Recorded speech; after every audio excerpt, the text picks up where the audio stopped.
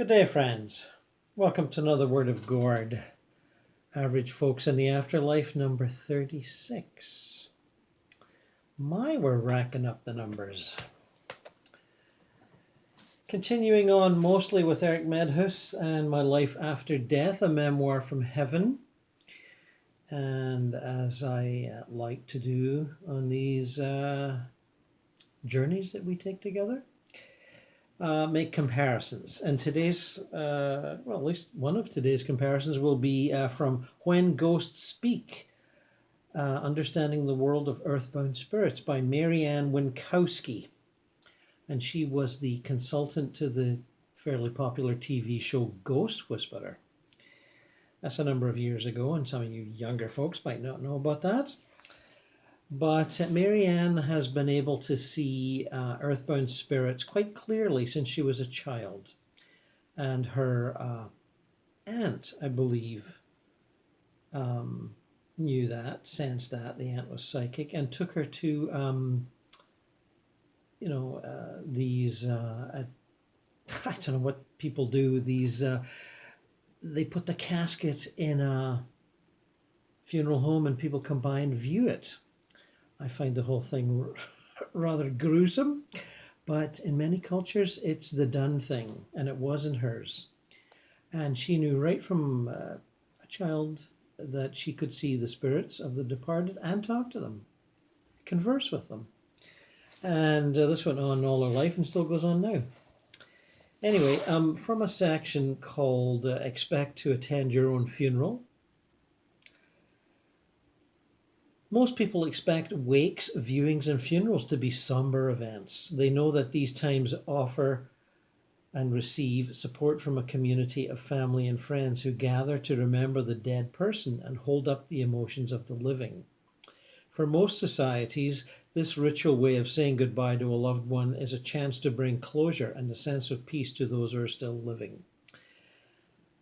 My view of funerals and funeral homes is certainly different from that of most people. When I go to a funeral home, I'm expecting an interesting, sometimes wild, occasionally uncomfortable conversation with a ghost. The fact is, you can remember to attend your own calling, hours, and funeral. Remember that although the white light is with a spirit from the moment it leaves the body, and it will remain with that spirit for a few days after a memorial service. And it's rare that I've been called to a funeral home to find that a ghost wasn't also there. The one exception to this is when children die. I have never seen kids younger than 3 or 4 at their own wake or funeral.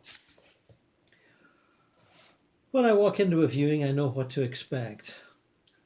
Although there have been a few times when I've been memorably surprised, even shocked, for the most part the behavior of the ghost is very similar.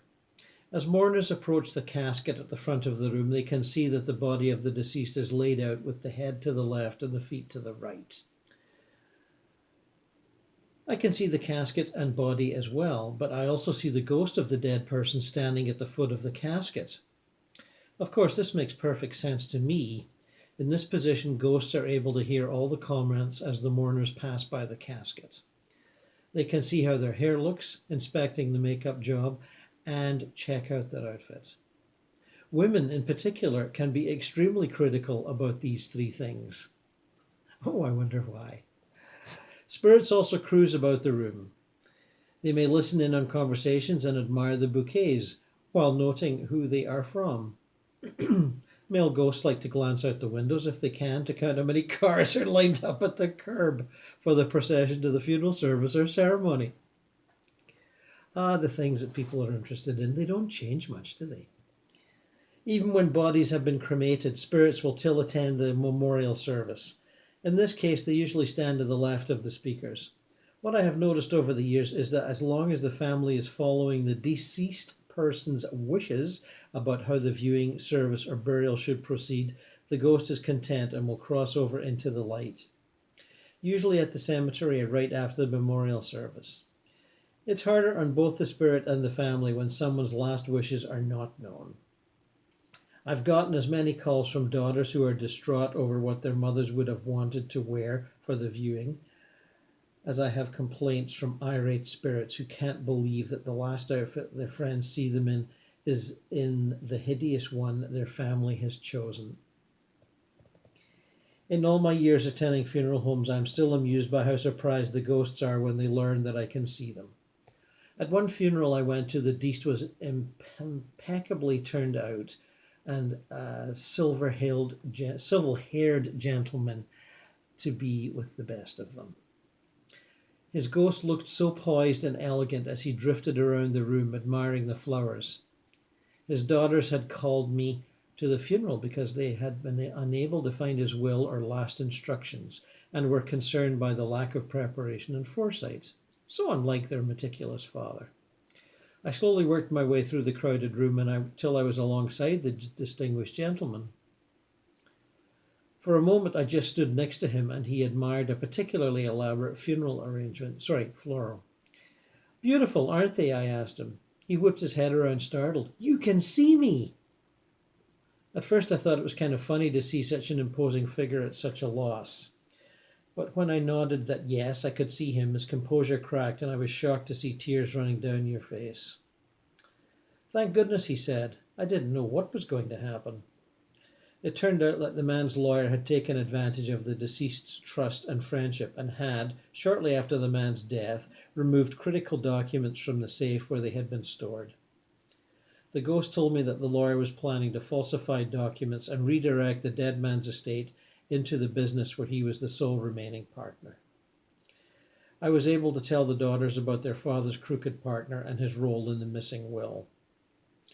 With the last of his business finally taken care of, the ghost was able to cross over into the light after his funeral. Well, there's more there, but I think we'd like to move on to another aspect. Mary Ann has some interesting things to say about teenagers and teenage ghosts. And this is essentially the sort of thing that happens when people like Erik don't move on or aren't moved on, which in my experience is common. They don't want to move on. They like playing around as earthbound ghosts. There's lots of fun to be had. There's even more fun to be had in the spirit world, the real spirit world. But, earthbound ghosts can find, especially if they don't really believe there is an afterlife, they make their fun as earthbound ghosts. Teenagers. Oh boy, teenage ghosts. I could write a whole book on these particular spirits. The most important thing to realize about teenagers, living or dead, is how susceptible to influence they can be. Parents often tell me about sudden troubles or changes in behavior that they've noticed in their child. When this happens, I pay particular attention to the adjectives they use to describe their teen. Moody, sullen, self-conscious, sarcastic, smart-mouthed, insecure, cliquish, clannish, mean-spirited, unpredictable, emotional. By the time the exasperated adult is finished describing the teenager, I usually have an excellent idea of what type of ghost I'm going to find when I visit. Teenagers are more likely to experiment with devices and activities that can invite spirits into a home.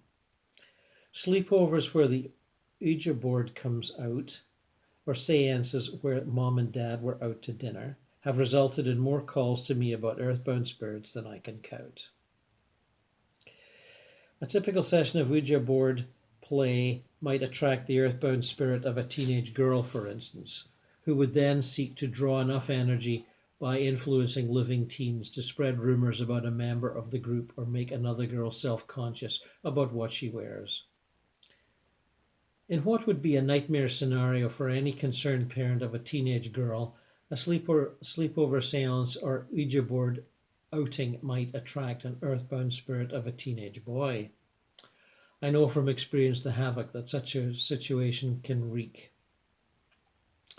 In one disturbing case, a teenage girl who had attracted the earthbound spirit of a guy in his early 20s during a Ouija board session became so enamored with the idea of a spirit boyfriend that even after I sent the punk into the light, it took several weeks for the girl to get over her breakup and return to her normal upbeat personality. Teenage boys aren't as likely to play with Ouija boards, although the rise in popularity of movies and TV shows about the spirit world has encouraged teens of both sexes to experiment with magic and exploring the spirit world. The earthbound spirits of teenage boys act just as you would expect teenage boys to act. They particularly tend to hang around at gyms or sports complexes where there's a tremendous amount of energy, both from the athletes and from the air of competition during games and meets. And I would also add to that, sports fans hang out, dead sports fans, at, hockey arenas, baseball diamonds, courts where basketball is played, because they love the excitement. They loved it when they were alive, and they loved it even more now because their astral bodies are much more susceptible, or their etheric bodies, to the energy of the fans' excitement. It's very exciting for them. It's almost like an addiction. They just wait for the next game. They sleep till the next game. Get a tremendous thrill. As a result, these young spirits can have a lot of vitality. They may be able to manifest some physical actions that would be difficult or impossible for other types of spirits. In one instance, the ghost of a teenage cross-country star took it upon himself to give his home team an advantage during a particularly grueling season. I had gotten a call from the wife of a coach at a high school in a nearby town. She told me that her husband had been complaining non-stop about problems in the gym, missing files in his office, unexplained computer glitches, and most of all, weird occurrences out on the cross-country course. During races, it would appear that someone had moved the directional arrows or placed hazards such as rocks or tree branches in the middle of a previously cleared course. After hearing one of my talks at an Ohio venue, she had decided to call and see if I could tell her whether an earthbound spirit was making her husband's life so miserable. Luckily, her husband was at home at the time of the call, and I was able to tell her, yes, that her husband did have a ghost attached to him, a gawky-looking teenage boy. Although her husband told her he thought she was flat out nuts, he agreed to humor her by letting me come out to their house and see what I could learn from the ghosts. When I arrived, the coach, his wife, and an anxious-looking teenage ghost were waiting for me. Before I could start to ask any questions, the ghost stuttered, "Could you tell the coach that I'm like really, really sorry about what happened with the guy in the ravine?" He did look pretty sheepish, so I immediately relayed the message. Now, this ghost was a real don't mess with me type, and a kind of guy who has no problem keeping 15 or 20 teenagers in line. But when he heard about what the ghost had said, he started to look a little edgy.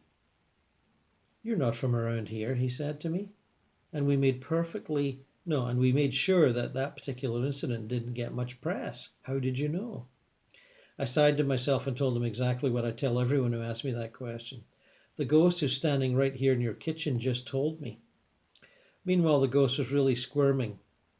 I thought it would help the team if I switched some of the signs around, maybe got the other team disoriented. How was I supposed to know that some transfer student was going to be running for our team that day? Stupid doofus fell right off the cliff and broke his leg. Coach was pretty mad. I guess the kid was some hotshot record holder that coach personally recruited. I asked the kid if he'd been responsible for the missing paperwork and the various electrical malfunctions. He admitted that he had. At first he wanted to get coach's attention so he'd notice how he was helping the team. And then after the incident on the cross-country course, he wanted to get his attention to apologize. Meanwhile, the coach was still staring at me as if he was trying to figure out who on the team might have tipped me off. So I asked the ghost for more information. Personally, I wondered why he was hanging around with an adult instead of with some kid from the team.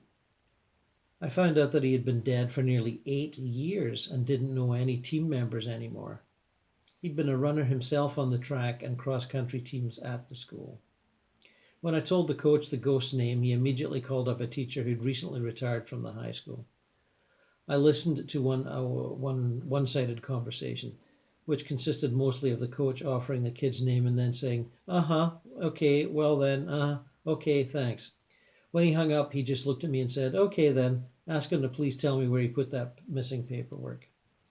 I got the answers, then offered to make the white light for the ghost to cross over. I think that the poor kid was so embarrassed for making trouble for the team and for basically cheating to help them win over the past few years that he was happy to go. He was really a pretty good kid, I think. The coach's wife called me a few days later to let me know that the paperwork was exactly where the coach had said it would be, and that the team had won their meet that week. Even though the ghosts involved may not mean to harm anyone, I cannot stress how dangerous it can be when teenage ghosts mix with living teens. A lot of car accidents that involve teenage drivers also involve the influence of teenage earthbound spirits. I'm not saying that joyriding teenage ghosts are going to grab the wheel or step on the gas pedal or brake, but if they're in the car with you, they can be a distraction. It's important to remember that these spirits are drawn to similar teens with high energy. These ghosts have the ability to do a little more than other earthbound spirits simply because they have so much energy to draw on. It's easy enough to protect vulnerable teenagers from the influence of spirits. Just have them carry a quince seed along when they leave the house. You can get charms with these seeds or simply tuck one in a teen's wallet. Protection offered by these seeds, which are the same ones I put up in houses from which I've cleared spirits, can keep a teen or or anyone from picking up one of the earthbound spirits who hang around malls, gyms, skate parks, or movie theaters, or any other high energy spot teens love to frequent. Well, I'm not familiar with quince seeds myself, but I recall from reading the book before, it's a big deal for Mary Ann. I tend not to use sage or quince or any of that myself, but other psychics do. I tend to do the clearing at a distance when I'm meditating. I don't go to the house unless people actually beg me to do it. I meditate and project to the house. In fact, I just did that this morning about an hour ago. Cleared an earthbound spirit out of a friend's place that was frightening his granddaughter. And the granddaughter wouldn't sleep over because she was frightened. And this guy was not trying to frighten the granddaughter, who was about 3 or 4 years old. He was playing with her, or he thought he was.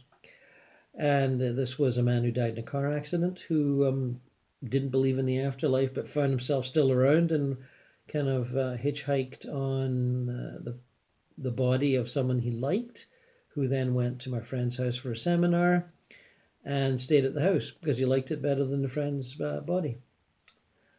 And was trying to participate in the life of the house just for something to do. Not a middle-aged man, a man of about 30, 35, I think. Anyway, I moved him on to the afterlife and said, hey, you got to check this out. It's much nicer and more fun than what you're doing. And fortunately, he came along with me. So, Erik Medhus, my memoir from heaven. No, sorry, my life after death, a memoir from heaven. We've been following this book for a number of sessions, and we're going to do some more now. So I said my goodbyes. My body was taken care of. I'd processed all the thoughts and emotions that were coming at me, and I didn't really know where else to go except back to the house. I focused on going there, but instead of just showing up like I did when I thought about going somewhere, something totally different and unexpected happened. I felt myself moving. It was a weird sensation. It wasn't like my feet hit the floor one after the other. It wasn't like I felt the wind blowing across me or scenery passing me like you'd expect if you were moving forward. There were none of the usual visuals like you get when you're driving a car or walking down the street. This kind of disturbed me. No, it's more like it alarmed me because I wasn't expecting it. Where the fuck was I going? Was someone pulling me there? Was it some sort of weird-ass force of nature, like a giant magnet, or maybe some sort of being with a huge cosmic fishing pole? Then I felt this airiness like you'd feel on a roller coaster ride right when you come over the peak and drop. I felt stuck in that moment.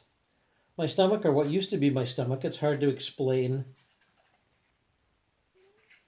how bodily feelings felt after death. It's a bit like a phantom limb pain, I guess.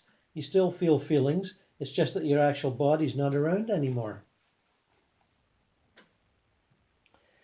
Felt like I was being lifted up. It felt like a weightless ease filled me. My thoughts, this consciousness that was rolling through my head that made me aware of what was happening, were also coming from my chest, which wasn't what I was used to. As humans, we designate stuff like our thoughts are in our heads, and our emotions are in our hearts, and our heart is in our chest. My emotions and thoughts were both in that unified central location in my chest. And as I was being pulled, the emotions I felt mostly were curiosity mixed with nervousness. Everything seemed to happen quickly, like a blink, a long casual blink, like when you're tired. Suddenly I felt warm, like I was in a really nice warm bath, but the warmth was all over me. I felt it on the inside, I felt it on the outside. I was absorbing the warmth, but I wasn't breathing it in.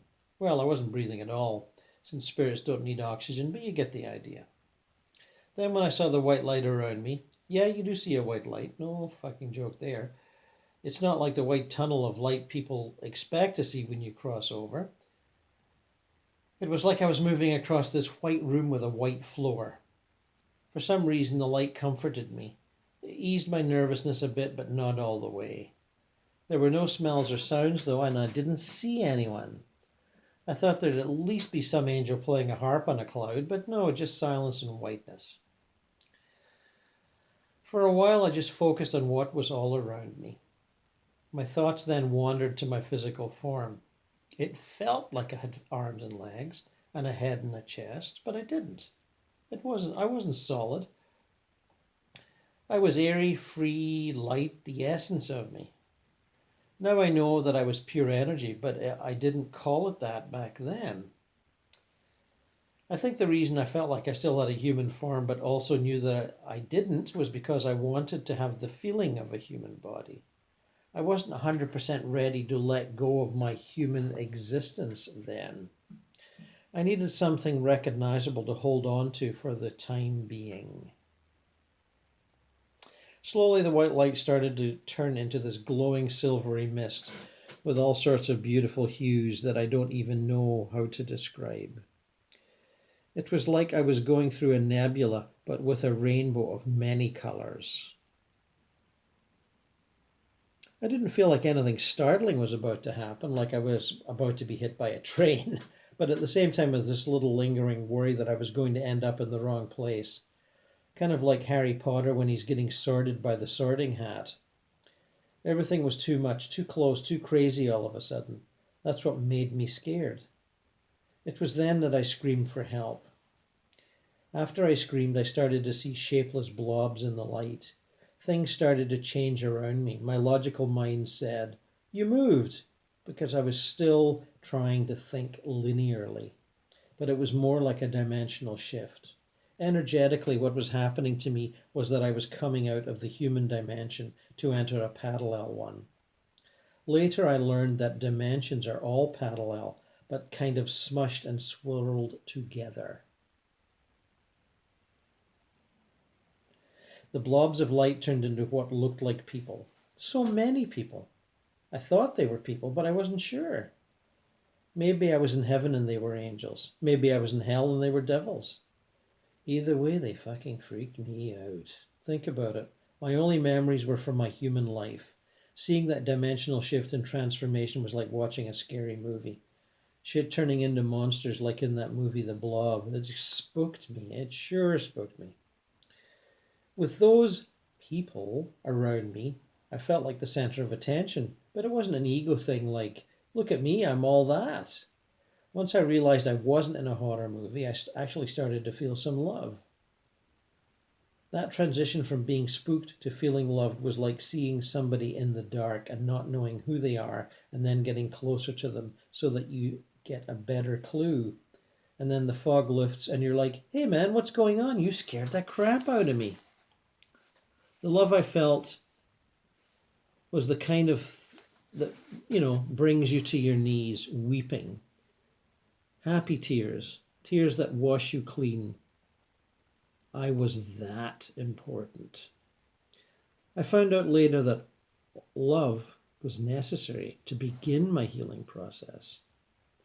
It's weird because in human life, sometimes the more people that are, the more expendable you feel. You feel like a piece of meat. Here, everybody is important, and no one is more important than the other. Still, I was afraid that I'd never see my family again. I was afraid that I'd be stuck with all these dudes I didn't know. Next, I noticed there were two people around me. They weren't shapeless. Instead, both of them looked like they had human bodies, and I think they looked like that, so I'd recognize them. Yeah, they often take the form that they know you will recognize. They were helping me out with all this new dad stuff. One of them was Aunt Denise. Like me, she'd killed herself, but she did it by overdosing on her pills. She had been very sick from having diabetes for years. Her kidneys didn't work, she couldn't walk without help, she could only eat through a tube, and she was almost blind. In a way, I couldn't blame her. I wouldn't have wanted to live like that. Aunt Denise was in front of me, to the left. Hers was the first smile that I saw. That was when I had this awakened moment that this was really real. Even though I thought it might be before, now it was different because I was about to have real conversations with dead people. It still hadn't really sunk in yet that I was one of them, even though it was pretty obvious that my physical body was dead. I asked her if I was in hell, and she laughed and said, "Why, because I'm here?" Then she hugged me. She was so happy, and I was so confused as to why. Isn't that funny? It was like I didn't catch what made her happy. And I didn't realize it was because of me. She was happy to see me. She was happy to be with me. When she hugged me, I hugged her back. After that, like there was no talking for a while. Everything was quiet and peaceful, and the white light I'd seen before was still shining. It seemed to be brighter behind her, and I still felt warm. I knew there was a woman to my right, but I didn't turn towards her. I was still focused on Aunt Denise. Then the other woman stepped forward and gave me a hug. That's when I recognized her as my grandmother, my dad's mother, Bestamore. Other than my mom, I'd never known anyone as sweet as her. Aunt Denise took my hand and walked me forward, explaining that what was happening to me and telling me everything what was all going to be okay. She made sure I kept moving and told me that I couldn't go back. I had no problem walking with her. I didn't hesitate at all. I was wondering where the fuck she was taking me, but I wasn't nervous about it. I just got the feeling that she was taking me to a place where something important was going to happen. I can't tell you why I knew it, since the other voices and emotions I was trying to manage with from the funeral had faded away, and I wasn't processing that anymore. It felt like I was gaining my focus back, and I was just focused on her. Just like before, I didn't feel anything was moving past me as Aunt Denise walked me forward, and I didn't feel like I was covering any ground. But I still knew I was going somewhere. It felt like I was in one of those dreams where you're running but not going anywhere. When I looked ahead, I saw that the white light had grown really bright. It was so bright that I couldn't see anything else, but it didn't hurt my eyes and it didn't bother me. There was such a sense of trust and peace and knowing that none of it bothered me. If a light like that had come toward me when I was alive, I'd have gone, "What the fuck? Alien abduction!" But it wasn't like that. Even then, it hadn't completely dawned on me that I had crossed over, because I thought that meant crossing some line or walking through a door. The whole thing felt like a journey where everything I experienced seemed to happen all at the same time. I had no desire or need to fight or resist what was happening, even though I didn't know where I was going and what the fuck was going on. It just was. And that was so fucking awesome. As we walked, at first all I could see around me were beings in that bright, bright light. It was during this walk that I realized these beings weren't human-looking. They looked like light with a shape to it, and sometimes they morphed into different shapes, something no human could ever do. That's when I realized they were spirits, not people, and that if they were spirits, I must be one too. When my mom and Michelle captured me in the photograph looking like an orb, I just figured that was the way the camera caught me. Up until that point, I'd only seen spirits represented in a human form, so it was a little confusing. Some of the spirits were skipping, smiling, messing about. If I saw people acting like that on Earth, I would have thought, what the fuck are these people been smoking? But it didn't feel fake, though. It felt natural to me. After a while, my surroundings changed, and I started to see some stuff I'd seen on Earth and some that I hadn't. So this gets a little bizarre, but bear with me here. I promise it's super cool too. Imagine a very Disney-esque landscape, but even more colourful and vibrant. There were lampposts and walkways and things like that. It kind of looked like a park. A lot of parks up there. I also saw all sorts of creatures I'd seen on Earth, like butterflies, but these butterflies were different. They had long, colourful trails behind them. It was like they were leaving rainbows in their wake, and the rainbows were shooting out sparkles like you'd seen in a Skittles commercial. It was bizarre, but kind of cool too. And when you taking a psychedelic, mushrooms, and you see trails behind things, you're moving into astral plane territory. That's what psychedelics do. They move you up vibrationally, so you start to glimpse the frontiers of that plane in your vision. Yes. As I was walking along, spirits would come up to me and say, go this way. Okay, now go that way. They were all smiling and pointing in one direction or another, and I ended up in this really open area that looked like a utopia version of Earth. My surroundings were beautiful. They filled me with what I can only call joy. I would later discover that it's our natural state to be fulfilled here, and we create this fulfillment for ourselves. Let me try to explain what I mean by that. We create whatever we need in each moment. Well, I would agree with that myself. So, here I could be friends with the butterflies that were flying all around me, but in human life I'd be like, oh, it's a butterfly, okay, and move on. I'd never think to be like, hey, Mr. Butterfly, let's be friends, because that would just be dumb. But I can hear, and it's the most natural thing in the world. I can interact with anything and anyone I want because everything around me is connected. And this makes for feeling fulfilled. Connection. And I somehow knew that this intuitively from the moment I got here. During the walk with Denise, I met all the dogs that I had had as pets growing up and started talking to them as if they were human beings. All the dogs. Every pet owner's dream, right? They knew what I was saying too. It was like my words got translated into a form that they could understand. I later learned that there's a universal language here that everyone speaks. It's a language of energy and it's instantaneous. Whatever I needed to communicate to anyone here was understood immediately.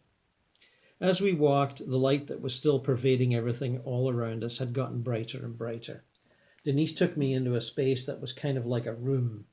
I felt like I had crossed in through a doorway into yet another dimension to get to that space. She brought me over to a crescent-shaped table with 6 spirits behind it. What followed was like an emotional communication. I don't really know how to explain that better. Later I found out that the room and the table were totally my own creation. Not everybody gets the team behind the table thing. I'd created that visual setup because it just seemed more realistic to me to be addressed by my elders who knew better. Each spirit creates the version of their transition that resonates best with them, whether they're aware of this or not. Yes! From your subtle and subconscious expectations and your belief system that you've inherited either from religion, atheism, science fiction, television. All these things create your subconscious belief systems, whether you know it or not. I thought it was a little weird to see that there weren't any lines of spirits like you'd expect to see at the pearly glades. Glades, listen to that. I was just being presented. I didn't recognize these spirits, but I knew they weren't there to judge me. Even so, I felt like I was standing up in front of a class about to give an oral book report, and I had no idea that what they were going to do and what was going to happen. The 6 spirits were tall, and the closer I got to them, the more intense their energy felt. I think their tallness and their strong